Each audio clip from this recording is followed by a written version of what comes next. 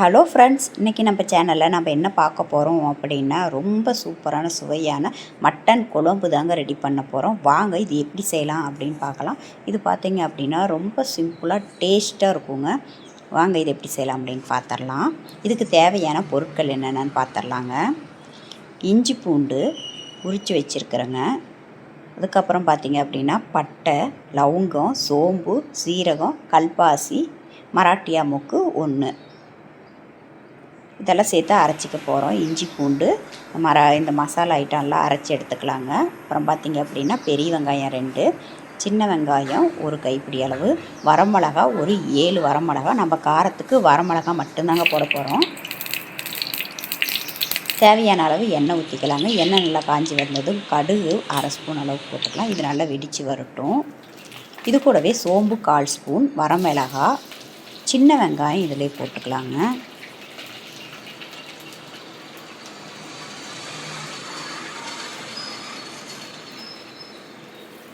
இப்போ பார்த்திங்கன்னா அரைச்சி வச்ச விழுது, இஞ்சி பூண்டு பட்டை லவங்கெல்லாம் அரைச்சோம் இல்லைங்களா, அந்த விழுந்து இதிலே போட்டு நல்லா வதக்கி எடுத்துக்கலாங்க.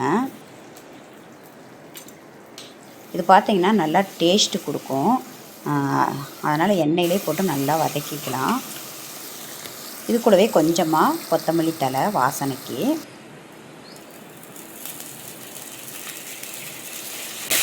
இப்போ பார்த்திங்கன்னா பெரிய வெங்காயம் 2 பெரிய வெங்காயம் எடுத்து வச்சுருந்தேன் இல்லைங்களா, அதுவும் இதிலே போட்டு நல்லா அரைச்சி எடுத்து இதிலே வதக்கிக்கலாங்க. பெரிய வெங்காயம் போடும்போது பார்த்திங்க அப்படின்னா நல்லா கிரேவி மாதிரி இருக்குங்க டேஸ்ட்டு. அதனால் இட்லி தோசைக்கெலாம் தொட்டு சாப்பிடும்போது செம்ம டேஸ்ட்டாக இருக்கும். இது பார்த்திங்கன்னா நல்லா வதங்கி வந்துடுச்சு. இப்போ அரைச்சி வச்ச விழுது பெரிய வெங்காயம் இதிலே போட்டுக்கலாம். நல்லா பச்சை வாசம் வர வரலையும் நல்லா வதக்கிக்கலாங்க. இது கூடவே 1/4 ஸ்பூன் அளவு மஞ்சள் தூள் போட்டுக்கலாம்.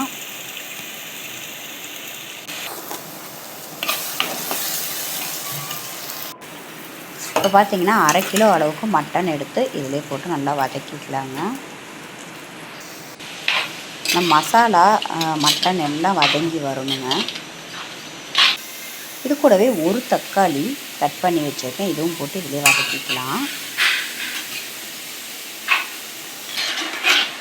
இப்போ இதுக்கு தேவையான மசாலா எடுத்துக்கலாம். கரம் மசாலா 1 ஸ்பூனு, வரமிளகாய் மட்டும் போடலிங்க. கரம் மசாலா, மட்டன் மசாலா, கொத்தமல்லி தூள், இது 3ம் சேர்த்து ஒவ்வொரு ஸ்பூன் அளவு போட்டுக்கலாங்க.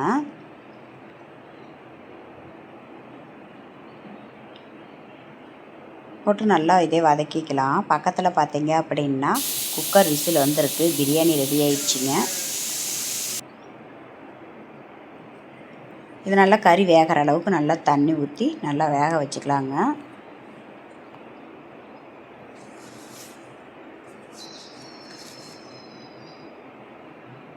மட்டன் பார்த்திங்க அப்படின்னா ஒரு 20 நிமிஷம் நல்லா வெந்து வரணும். இது முழுகிற அளவுக்கு நல்லா நமக்கு எந்த அளவுக்கு தேவைப்படுதோ அந்த அளவுக்கு குழம்புக்கு தண்ணி ஊற்றி கொதிக்க விட்டுக்கலாங்க. இது கூடவே நான் உப்பு போட்டிருக்கிறேங்க. உப்பு போடுற வீடியோ ஸ்கிப் பண்ணிட்டேன். நல்லா கொதி வரும்போது தேவையான அளவு உப்பு மட்டும் போட்டுக்கோங்க. இப்போ பாருங்கள் நல்லா கொதி வந்து சுண்டி வந்திருக்கு. இன்னும் ஆறிச்சு அப்படின்னா இன்னும் திக்காய் கிரேவி பதத்துக்கு வந்துடும். இட்லி தோசைக்கெலாம் ரொம்ப சூப்பராக இருக்குங்க. Thank you friends.